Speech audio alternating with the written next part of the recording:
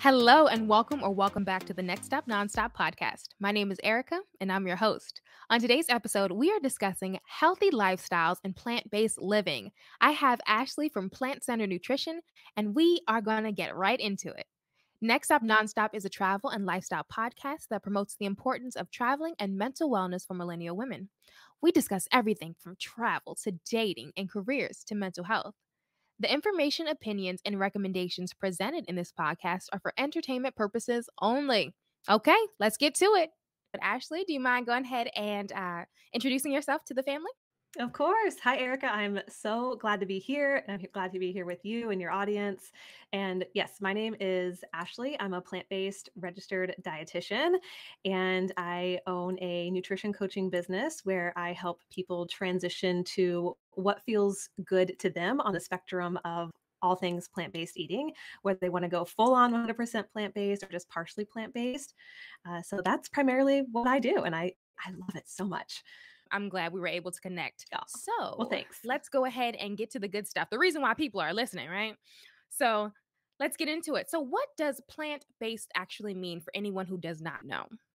Ooh, that is such a good question because it really is up to the person to kind of define it for themselves. And what I mean by that is there's no clear, like when you Google plant-based eating, there's no like clear cut definition of what plant-based eating actually is, like other styles of eating. It's very like when someone's on a ketogenic diet, maybe for therapeutic reasons, we'll say, not the fad diet. It's a very particular diet, and you're supposed to follow, certain guidelines. With plant-based eating, it's really just primarily eating a plant forward diet. So your plate is primarily made up of plants. Now, for some people like myself, that means no animal products. For other people, they might define plant-based eating as having some animal products here and there, and that's okay too. So, what is the difference? I think a lot of people tend to think plant based and they immediately go to vegan. So, what is the difference for anybody who doesn't know between vegan and plant based? That's a great question. So, and this is another great example of vegan where there's more rigidity. It's very clear what veganism means. It means a diet of absolutely no animal products and no animal byproducts, but it's so much more than just a diet. And I know a lot of vegans can relate to this. It's a lifestyle. It's something that they feel very passionate about. Not doing anything related to animal cruelty, maybe not supporting businesses that produce leather or buying leather or any products made from animals. So that's sort of the difference between eating vegan and eating plant-based. Have you been plant based your whole life, or are you plant based? I guess I'll start with that. Okay, Erica. So I am currently plant-based, yes, but I was actually raised on an Angus cattle farm. So I was far from plant-based growing up. And That's I think, interesting. yeah, and I think most people who are vegan, plant-based, vegetarian, however they eat, most of us can say we were not raised that way. We were raised maybe sort of on the standard American diet. And I'm sure, Erica, you can relate to that. Absolutely. Yep. Absolutely. My Yeah. father, he loves meats and eggs and anything possible. I'm like, okay, hold on. So it's very interesting how I was raised because it was either like pizza with pepperoni and just burgers and chicken and all of it all together. So now kind of getting here and learning how to change it and just feeling the benefits of it, which we'll get into in a little bit. Um, that it's a huge difference. So I'm glad you mentioned that. Yeah, it is. So what actually got you interested in the plant-based diet or lifestyle? Since you grew up on an Angus farm, that's a big difference. It was a big shift, yes, and I'm like, I put my poor parents when I told them that I was, like, shifting to plant-based, they were like, "You're doing what? Like, you're gonna have a meal without meat?" Because it was just so not what we were accustomed to. And so what happened was I ended up becoming a registered dietitian first. And in there, Erica, I actually didn't learn a lot about veganism, plant-based eating. It wasn't, this was about, well, this was like 12 years ago. So it was before plant-based eating was really becoming, at the forefront of a lot of people's minds. Growing up on an Angus cattle farm, eating a lot of meat, and as you can imagine, also consuming a lot of just animal products in general, I had a lot of GI issues growing up, and I would go to the doctor quite frequently. Yep. I know all about that. Yep. I'd go to the doctor, my mom would have to give me suppositories just to help me go to the bathroom. I had a really like a lot of trouble just going to the restroom, and after becoming a dietitian and kind of really telling my patients and my clients, okay, well, if you're constipated, this is what you do. You drink water, you eat fiber, you move your body. But I was doing all those things too, Eric, and I was like, nothing is happening. Like, I'm still not going to the bathroom. I'm still having all these GI issues. And so I started just doing some research because I was like, I cannot keep going on and off medication because, as you can imagine, it was like one extreme of being constipated and then the other extreme of being stuck in the bathroom. Yeah, yeah. Yes. It's all coming right now. Uh-huh. Yeah. Yeah. And you can't stop it. So like there has to be a middle ground because like I can't live this life as a dietitian and promote, quote, healthy eating and not feel good myself. And so I started doing some research and plant-based eating popped up. I had Netflix at the time and a documentary, I know, a documentary called Forks Over Knives popped up. This was back in 2012 and I was like, well, this is interesting. I never really heard of this before. And I'm like, how did I go through 3 years almost of school and not hear anything about this? I watched the documentary, go down this rabbit hole of what plant-based eating is. I was like, well, I'm going to give this a try. So I started very, very slowly, Erica, like just adding some things into my diet, like adding in almond milk or soy milk and kind of just taking out the cow's milk and replacing, some of the meats that I would typically eat. And I found that the more I did that, the better I felt in, the first time in 25 plus years. And I was like, okay, yeah, I'm like, maybe there is something to this. And so that's basically what propelled me on this journey of, a decade plus of being plant-based. And I haven't looked back since. I love it. So And it's funny because that's kind of what happened to me. I started taking out little things at a time just to see the difference. And I think I actually started with the milk as well. So I think that might be, I think everybody's first choice, even people who are like, I could never be vegan or I could never be plant-based. They're like, oh, I like almond milk though. So I think it's yeah, it's very interesting how those little steps can add up. So that's good. So, what I would say is, what's the difference between a plant based diet and a plant based lifestyle, if there is a difference? I would say that there's a difference. That's just my personal and professional opinion. And I think the reason I try not to use the word diet so much is because I think when people think of a diet, it makes it sound like something that's maybe short term or something that you're doing maybe to try and lose weight. And plant-based eating, yes, I mean, it's a diet, it's like the pattern of how we eat, but I would consider it, for me personally, more of a lifestyle just because it's something that feels very aligned. It's not something that I'm doing for a short period of time, trying to lose weight. I'm not trying to, lose a certain pant size. It's really just something that makes me feel so good that I can't imagine eating any way else. And I think along those lines too, Erica, to distinguish even between the two is there's no restriction. Like I actually feel almost liberated eating this way because I'm not in the bathroom either for hours or, I'm not having all these like GI issues.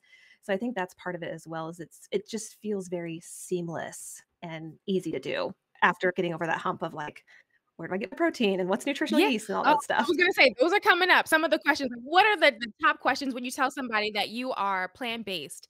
What is the first thing you hear? Oh, I mean, for sure, where do you get your protein? Number one. Still to the Number one. yes. And you know. Number one every time. So what would you say to them? Which is a great question. It's funny because I could be in the gym lifting weights and I'm having a conversation with someone. They're like, "Oh, but are you sure you're getting enough protein?" I'm like, "I think I'm okay."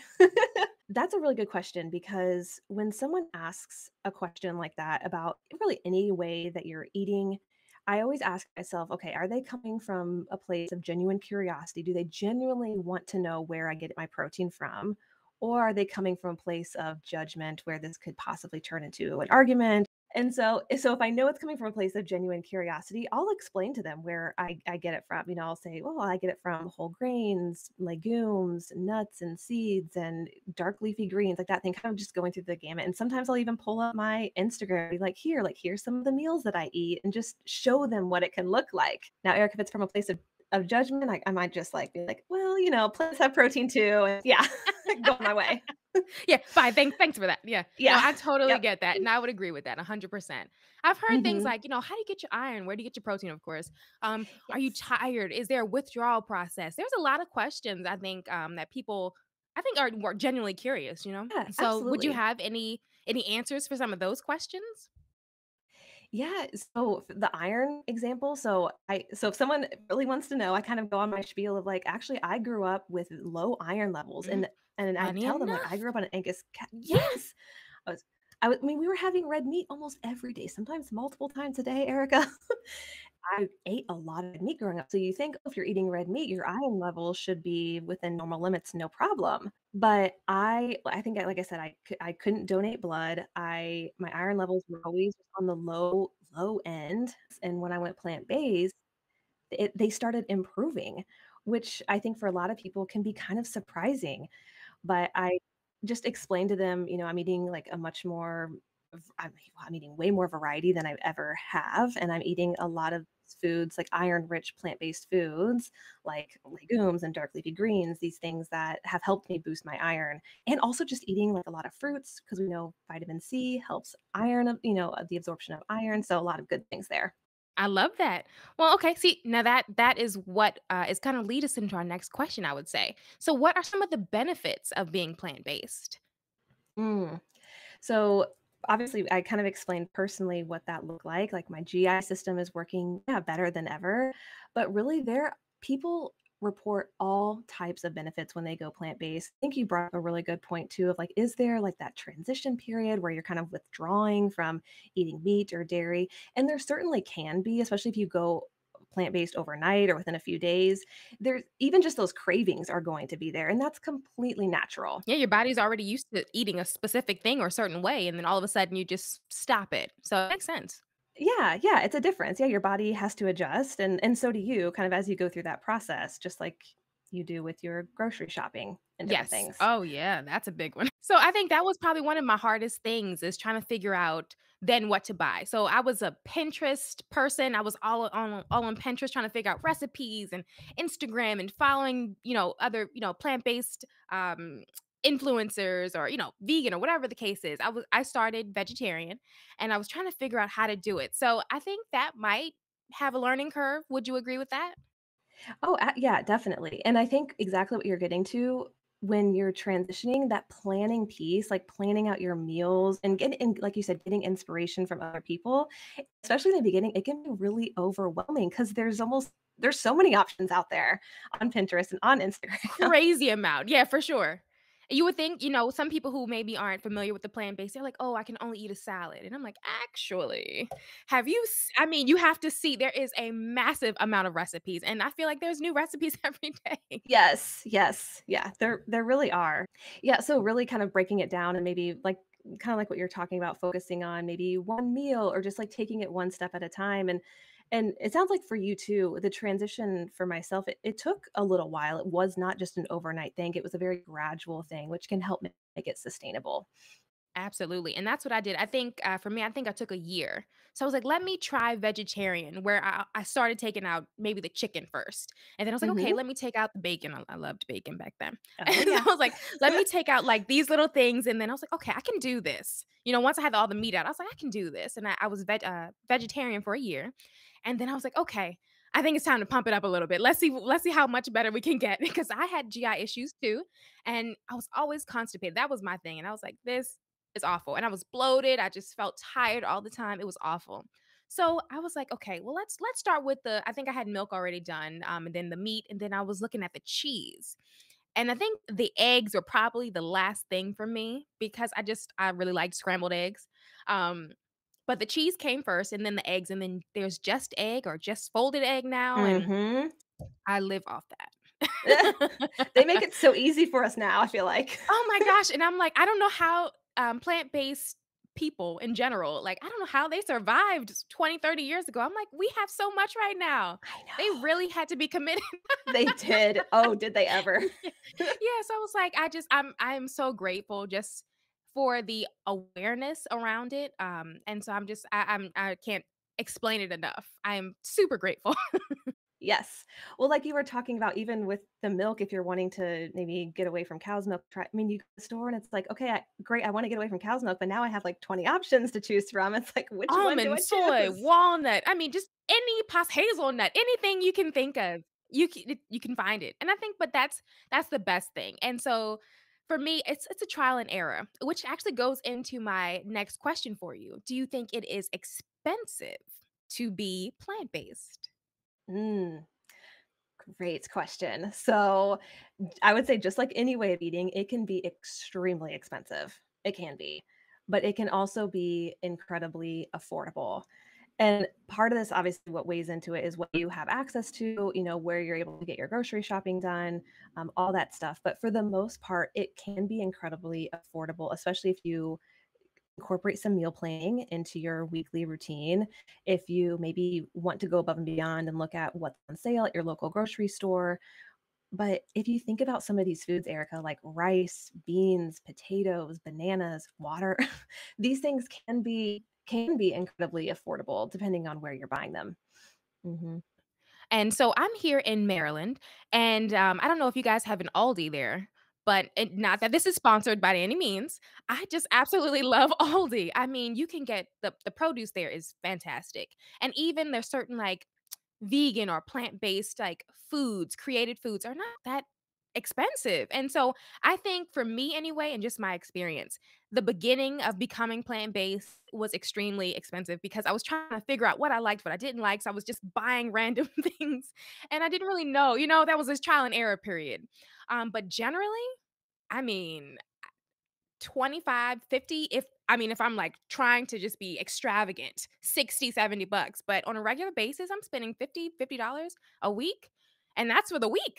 And now there are even like the frozen food, meal plans and things like that. I use Mosaic sometimes. For me, it's more so of just finding convenience. And it kind of balances into what we're talking about in general with the Next Stop Nonstop podcast of travel. So having meal planning like you were talking about, and then maybe trying to figure out how to get creative with your meal plans or like frozen foods to take on the way. I think those are super, super helpful. Do you think it's difficult to eat out as a plant based person or have a plant based lifestyle? Woo. Erica, in the beginning, it was such a struggle because, and I think a lot of people, if anyone's listening and they're plant-based, vegetarian, vegan, they can relate to, especially in the beginning, it's almost overwhelming to go to a restaurant because you look at the menu and maybe you feel pressured to order something quickly, but you're like, oh, but I want to eat in a way that feels aligned with me, but there's all these options. And here's what I used to eat, this great burger that I love. And so in the beginning, it can be a little challenging, but one thing I encourage people to do, especially if they're wanting to go more plant-based or just eat more plants, is especially when you're traveling or going out to a restaurant, is look at the menu ahead of time. If you know where you're going, just take a quick glance on your phone before you go. Yep. And then and I've looked at some of I love this because some people will send me some menus and it's like, okay, what can we piece together here? Like, what can we find for you specifically to eat? And I've looked at some of what I feel like are some of the hardest menus out there, and we're able to piece something together, whether it's a few side dishes or whether it's a dish like, I mean, goodness, Erica, we've done like a burger and just please just take everything out, or to keep everything on but the burger itself type thing, just like make it a really hefty veggie sandwich. Just do what you gotta That's do. funny. Yeah, I was gonna say you have Yeah. to get creative sometimes. Well, most restaurants too are willing to work with you, I would say. And so if you're really just at a loss from just looking at the menu, whether it's online or whether it's in person, maybe just take an extra minute, and it's okay because this is what people want to do, who are working at restaurants, and help guide you through something that you can eat as well. Absolutely.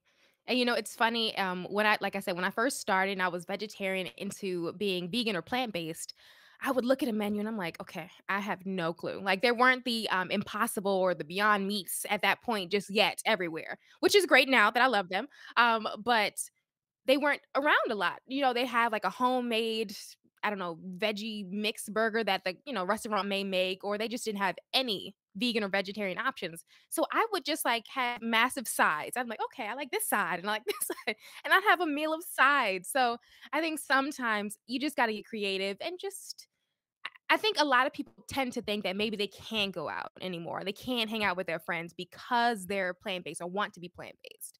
Whereas you just gotta get a little creative. What do you think?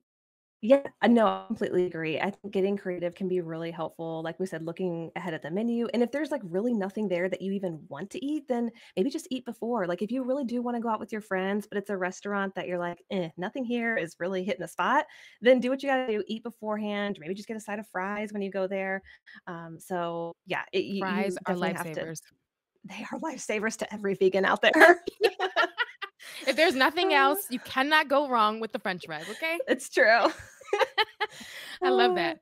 But, Mhm. so the next question I have for you is, do you have to cook every day if you have a plant-based lifestyle? For those of us Mm. who are not lovers of cooking. What do you think? Erica, I will say that I'm, like, right there with you because I don't mind meal prepping for the week, but I'm not really a big fan of cooking every single day. It takes a lot of time and energy, and then you don't even have to count, like, the cleanup and all that. So if you're plant-based, no, you by no means have to cook every single day if you don't want to. And the great thing now too, Erica, kind of like what you said at Aldi, where there's maybe like prepackaged meals or like convenience meals that you can get out of the freezer, which are everywhere these days, which is so nice. You can default to things like that or default to things that are quick and easy to throw together. Like, I mean, nowadays there's frozen rice, frozen veggies, and you can get some like guardian chicken and throw it together. Yes. I Yep. love it. My fridge is full of frozen everything. I'm just like, okay, cool. And then I can make smoothies with it, or I can thaw some things out. Like you have options, you know. You just gotta, like I said, get creative. Figure out what works for your specific lifestyle. Right. Yeah. And especially if you're traveling, that's a great thing to fall back on is just having stuff in the freezer. That way, you know, it's not going to go bad. It's going to be there if when you come back home in like a week or so. Absolutely, literally, yeah. So, what are some good options for plant-based snackers and junk food lovers? Any go-tos for them? Ooh. Oh, yes. And actually, so I traveled recently to California, which for me is across the country because I'm in North Carolina. And I brought probably like 10, maybe 10 different snacks with me, Erica, because I was like, just in case I get hungry, like I want to have everything with me. Yeah, there are so many good snack options out there, which is great, especially if you find yourself getting hungry in between meals or you're traveling and on the go and you need to bring something with you in your bag. Some of my favorite just go-to snack items are bars, just because they're easy, convenient, and they typically don't like get crushed or anything like that. I also love dried fruit, so like dried Mm, mango and me personally, but too. That is my yeah, favorite. Ugh, so good, and it travels really it well. does. It does. It's so, so Yes. Yeah, you might need to bring like a toothpick with you or something. good. Sometimes that dried mango gets stuck in your teeth, but it's great. For sure. So good. Yeah. So those, I mean, even like, dried bananas or plantains are Mhm. fantastic. Just Mm. things that are kind of really easy to You're travel. And talking to my then soul right now. oh, good. We've got our traveling snacks in Yep. sync. You gotta know. Yeah. You gotta know. You gotta pick the right ones. And there are some other great ones, like even anything that if you like to like if you tend to be more like of a savory lover, there's like, trail mixes are fantastic, or even like little bags of chips or pretzels or, all that stuff is vegan. And most likely you were already eating that before you went plant I was based, which gonna is say, great. yeah. Definitely. So what's a go-to meal for a brand new, plant-based or vegan person, coming into the lifestyle? Ooh, I love that question. So there's a couple of different directions I would head. One is if you grew up loving a particular meal, like let's say your mom always made enchiladas and you really love enchiladas, or maybe there's like this like stew that really resonates with you. So maybe if there's something that I would say like has some nostalgia to it that you just haven't eaten or don't make just because it's not plant-based or vegan, I would recommend trying to veganize that childhood dish that you loved and see if you can recreate it. So that's one place to start. Sometimes that can be a time commitment. So, you can choose to do that or not. Or you can do something really simple, Erica, like a bowl, like a grain bowl. So like rice and beans, maybe some sweet potatoes, a really good like tahini dressing, or heck, even some hummus that you thin out with a little bit of lemon juice or water, like to make like just a thinner thing. Oh, I'm in love right now. I can't tell you how much I'm, like, feeling this. This is perfect. Oh, That's so my good. go-to now. I I'm mean, I'm that's I'm not even starting. yeah, yeah, there you go. I know, Erica, it's still my go-to after a decade. It's my favorite dish, I was gonna say, when you and find it's something a you love, why if it's not broke, yep. don't fix it. Yes, yes, and it incorporates some of those really cheap foods that we were talking about, rice, beans, potatoes, and, you can find yourself some hummus or whatever and throw it on, and maybe some veggies or stuff, but it's a joke among our friend groups because my partner and I, we eat a lot of rice and beans, like, we love it, and we create different bowls, but they're so delicious, and we still haven't gotten sick of them, so that's another place you can go. I was gonna say, and there's so many varieties and so many things you can put in, and it's so good. It's Yes. so good. Yeah, it So is. what about I always hear people say, "Oh, well, if you're plant-based, you need to take supplements." Can you talk a little bit about that? Oh, I sure can. Yes. And it's true. So with our modern farming practices, with being eating a plant-based diet that naturally doesn't have any more, rather doesn't have B12 really naturally present. So that is typically when someone's plant-based or vegan or even vegetarian, or I mean, really a lot of people need to be supplementing no matter how they eat with B12, especially older adults. And so that is the number one thing that I typically recommend supplementing with. And the reason I say supplementing with vitamin B12 or using an actual supplement is because it's the easiest and most reliable way to get your vitamin B12 in. If you were to rely on fortified foods, you just have to be very, very strategic in your planning, making sure that you're incorporating them multiple times a day. So that's why I typically recommend, at least if you're plant based or vegan, vegetarian, or an older adult, to supplement with vitamin B12. And then to also get your vitamin B12 lab checked annually with your doctor as well, if you're able to do that. Oh, that's a good one. I actually have never done that now that I'm thinking about it. So that's good to know. That's not something I've ever thought about. But yeah, it makes sense. I mean, I take vitamins and supplements and things. But I didn't think about getting it checked. Yeah, yeah. Yep, I would definitely recommend doing that. And then really everything else is kind of on a case by case basis. Iron, like iron deficiency, that's the most common deficiency worldwide. So really everyone needs to be at least getting that checked and then supplementing accordingly. And then vitamin D is another just common vitamin deficiency, especially in the US. So that's just another thing that, get it checked with your doctor. And then if you need to supplement, but that doesn't necessarily just go for plant-based people. Okay. I love that. So another thing that I always hear, and it has actually happened to me when I started to transition to plant-based, I went directly from getting rid of the meat to having all carbs on my plate. So I went just from a meat overload to a carb overload. So is there anything that you can suggest for people like that when you're first starting, maybe what to do, what not to do? Yes, yes. Oh my gosh. So this is really funny because it's true when you're looking at a plant-based diet, you look at the meal itself, maybe whether it's your own meal or someone else is eating plant-based, you're like, that is a lot of carbohydrates. And in fact, someone was just asking me, or we were talking about plant-based. It was a guy that I work out with at the gym. He's like, yeah, but I'm afraid to go plant-based. I'm afraid I'm gonna be eating too many carbs. And I was like, I eat a ton of carbs. And he was like, you do? And I was like, yes. It's kind of just, it's part of a plant-based diet. And so I think a big hurdle can be, especially if you come from a dieting background or you grew up in the 80s, 90s, 2000, early 2000s, where low carb was very, very popular. And heck, it's still even talked about today. It can be a little scary to eat a plant-based diet it's a lot of fruits, it's a lot of rice and beans, just a lot of foods that have carbohydrates in them.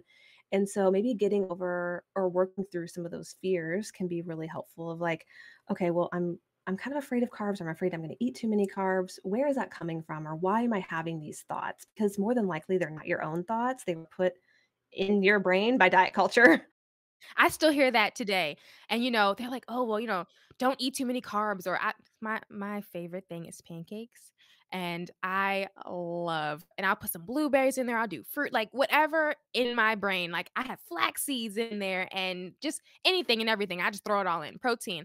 And then I always hear, "Oh, you have too many carbs," or don't eat the french fries. No, it's too many carbs. Or you can't have this. And I'm like, you're making me feel so bad about, just eating.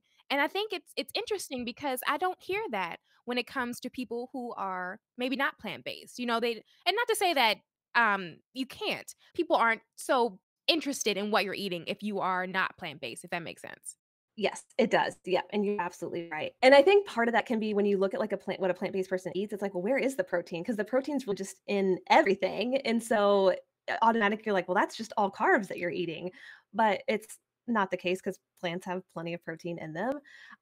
So one thing, yeah. So the first thing I kind of recommend is maybe working through that fear and kind of like where are those thoughts coming from when it comes to maybe a fear around carbohydrates, which is very, very present in our society.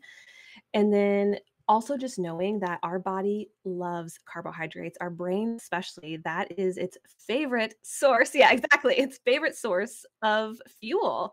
And so our body really does need carbohydrates. And time again has shown when people go on diets that restrict carbohydrates or, make them very, very low, it's not a sustainable way to live. And oftentimes we're battling against our body to try and restrict ourselves from eating carbohydrates. And I could go down that whole spiel because I'm very into intuitive eating and listening to yourself. So My next question for you is, do you think that a plant-based diet can be for anybody or everybody?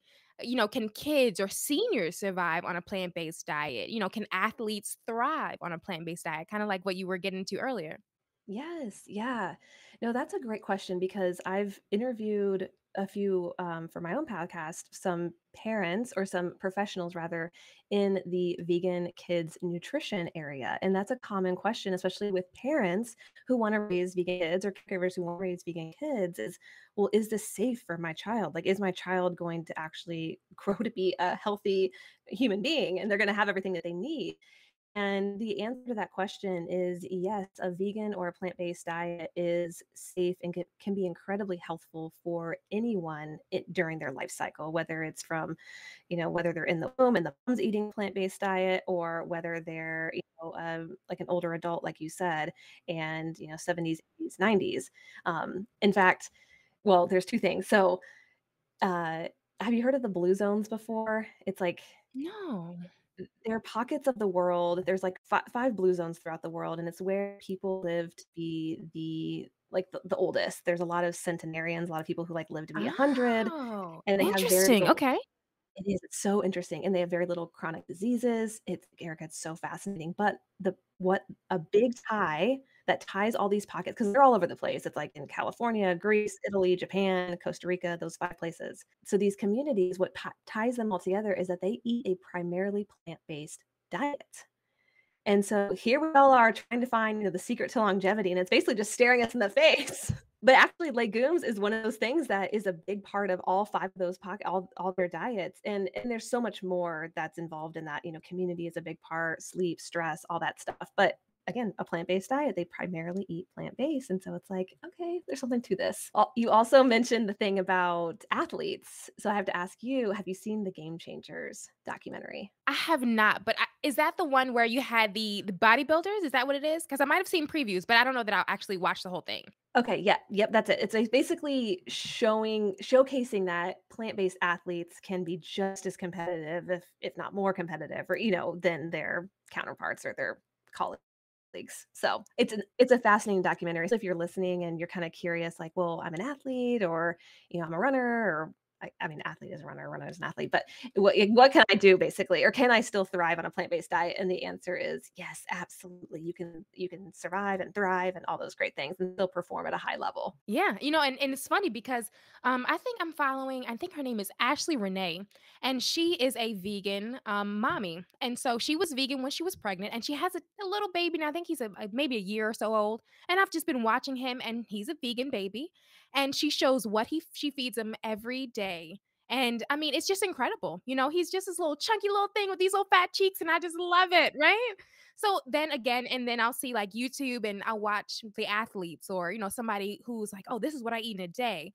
And I'm like, the research is out there. People are out there. You just have to go and find it. And talking to you, of course, is one of the reasons that I have you here. I think it's so great for people to know, and actually have that information by a professional. Mhm. Yeah. Well, thanks. Of course, of course. So my next question for you is soy. Is it good or bad or both? Well, if you were to Google it, which I do not recommend, Yeah. there is a lot of misinformation out there on Yes. soy. One of my favorite sources, I had it on my Instagram, I don't have it anymore, is from the Vegetarian Dietetic Practice Group, which is under the umbrella of Academy of Nutrition and Dietetics. I'm particularly fond of the Vegetarian Dietetic Practice Group, but they have just a lot of research on there in regards to soy and if it's safe, if it's not safe, if it's good, if it's not good. And to answer your question, just very, very simply, yes, it is great for you if you're not allergic to it or intolerant to it. Um, Soy has been around for centuries, and we just have so much research, so much data on soy.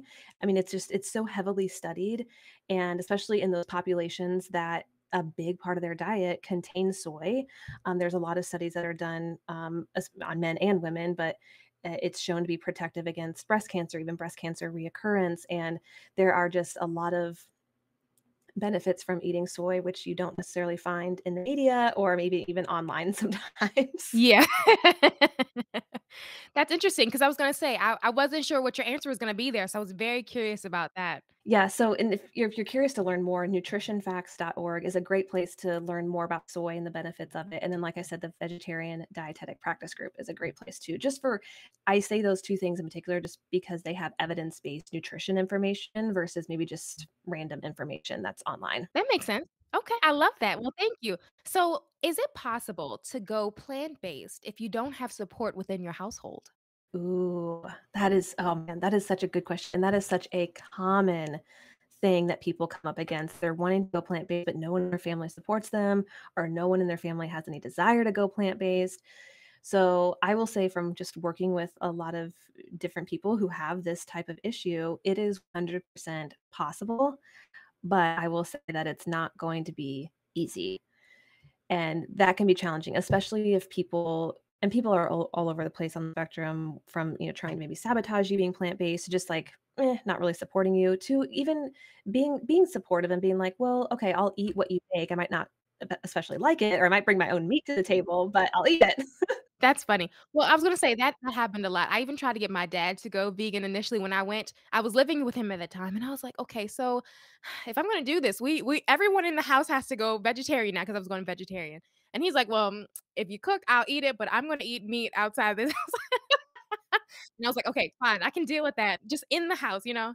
But it all depends on your, it all depends on your circumstance, and I think that's completely accurate. You can definitely do it. Yes, yeah, it's just it might take a little extra planning on your part. You might end up, especially if you're making the meals in the house, you might end up making 2 different types of meals, um, but it's possible because the one thing is there are a lot of dishes out there like taco bars or pasta bars where you can maybe have a lot of different ingredients and people can pick what they want to put in their taco or like, on their pizza or whatever it is. Mhm, yeah, those are that's great. So, I know another thing is, when you're coming into the plant-based realm, people are like, "Oh, I don't wanna have to count calories," or, "I don't wanna have to journal my food. I don't wanna have to think about what I'm eating that much." What do you say to that? Ooh, I mean, I say amen to that because I am not I'm not pro counting or anything like that, but I definitely understand, when someone's transitioning to plant-based is that, well, it's a different way of eating, so do I know if I'm, getting enough? And for some people, they might not be getting enough because a common complaint is like, "I feel like I'm hungry all the time," because typically what we're eating is just less calorically dense, so oftentimes we have to eat a greater amount to fill us up or sustain us for a longer period of time than what we're used to. So, I mean, I think that's just such a great point of you don't have to count if you don't want to, but you definitely have to pay attention to like your personal cues to make sure that you're getting everything that you need and kind of just track those patterns. Absolutely. Yeah, because I know a couple of people, they're like, "Oh, I don't wanna overeat." And I'm like, "Well, if you're hungry, you're not overeating, you're just hungry still. So, eat some more, see how you feel." But I think it's different because when I had meat, I would feel heavy and tired, whereas if I'm eating plant-based, I don't have that feeling. I can eat a plant-based burger sometimes, and I still don't feel that heaviness or tiredness necessarily. So, that's interesting. Now, do you think or do you know if food can affect your mental health? How does plant-based food affect it differently? Would you happen to know that? That is a great question. So, there have been studies, which is so exciting to see that food does play a role in our mental health and it can have a positive or negative impact on it. Because if you think about it, even just what you're eating on a day to day basis, paying attention to how you feel after a meal can have a huge impact. Oh, I feel so sluggish after kind of like we said, like having this burger and I don't feel really good. It's like, okay, well, that maybe is affecting you physically, but could it be affecting you mentally or emotionally? Or I'm eating this like really great bowl that has a lot of fresh fruits and vegetables in it and greens, and I feel really energized afterwards. So that could potentially, yes, it's making you feel good physically, but could it potentially be making you feel better mentally, emotionally? So yeah, so more and more research is this is not my area of expertise, but more and more research is coming out just showcasing that food does have an impact on mental health and eating plant-based, which is a very high anti-inflammatory diet, very rich in antioxidants, very rich in micronutrients and water, can be beneficial not just for your physical health, but also for your mental health, which is really exciting. I love that. So, is there anything in particular that you would like anyone who, is maybe new to plant-based or thinking about it, do you want them to know anything? Ooh, oh man, Erica, we're gonna be here for forever. Yeah, I think the main thing, and this is something that I've just learned over the past decade or so, is that plant-based eating, it has to feel good to you. It has to feel aligned. It has to feel I want to say seamless because obviously there's going to be some bumps along the way, but it can't feel restrictive. So your intentionality behind why you're plant based matters. It really does matter why you are choosing to go plant based or just eat more plants in general. And so knowing and uncovering that why can be really helpful, especially if you're newer to plant based eating. It can be really helpful for you to sustain this journey or to make it something that you do for forever because you're rooted in that deep meaning of why you're doing what you're doing. And people are going to have things to say no matter how you eat. So what's most important is that you're doing what you feel like is best for you. So, and plant-based eating is not the norm yet, I would say, but it's definitely becoming more and more accessible, which is exciting. Absolutely. So, do you have any advice before we wrap it up and get out of here? Do you have any advice for someone is that's new or maybe just thinking about it, who's just hesitant and they don't even know how to get started? What would you say? I would recommend starting with a meal that you feel like is going to be easiest. So what we want to try and do is like reduce as much friction as possible that's maybe preventing you from taking those steps forward. So if there's one meal in particular that you feel like would be easiest or easier to maybe make more plant-based, whether it's 100% or even partially, go for it. And what I would recommend, and I think this is one of like the pillars to transitioning to plant-based, is like having some sort of plan when it comes to your week, when it comes to your meals. Because what ends up happening, Erica, is you start transitioning to plant-based, then maybe you go into a week, you're really busy and you don't plan. Oftentimes we just kind of default back to what we know or how we were raised. Yes. So like Erica said earlier, like having some of those things in the freezer that are just quick and easy go-tos, or maybe you have sausage with your breakfast every morning. You're like, well, I'm gonna try a plant-based sausage. Maybe just give that a try. Yes. Oh, it's so good. Oh, the sausage these days. I'm like, how is this happening? I was gonna say I could talk about that forever. I love breakfast food. I told you guys. So that's my domain right there. Yeah, it really just doesn't have to be. I oftentimes we get wrapped up in like what people are doing online or on social media, and it's like, well, that's not what I'm doing, or I can't do that, and that's okay. What matters is you're taking those steps forward that feel good to you, that you're actually able to do, versus maybe setting the bar so high that you just miss it altogether and give up and throw in the towel.